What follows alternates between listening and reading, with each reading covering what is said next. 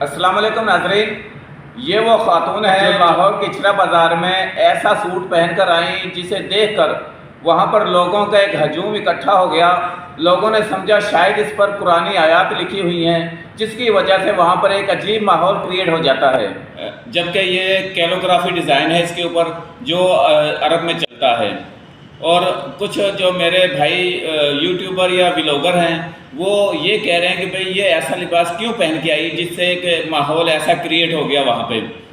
تو میں اپنے بھائیوں کو یہ بتاتا چلوں بھئی اس عورت کو نہیں تھا پتہ کہ بھئی یہ لوگ مجھے قرآن یا سمجھ کر وہاں پہ ہراساں کریں گے یا اس طرح کا ماحول کریٹ ہوگا۔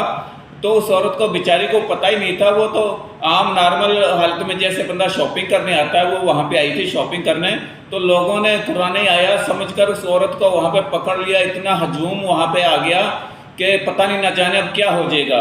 اور میں سلیوٹ پیش کرتا ہوں اس دبنگ پولیس آفیسر کو جنہوں نے لاہور کو ایک بڑے سانحے سے بچا لیا، جنہوں نے فوراً رسپانس دیا، اس عورت کو سیکیور کیا، اور سیکیور کرنے کے بعد اس واقعے کی مکمل تحقیقات کی۔ تحقیقات کرنے کے بعد فوراً اپنا اور اس خاتون کا ویڈیو بیان سوشل میڈیا پہ وائرل کر دیا، جس کی وجہ سے لوگوں کے اندر جو کنفیوژن پیدا ہو گئی تھی وہ دور ہو گئی۔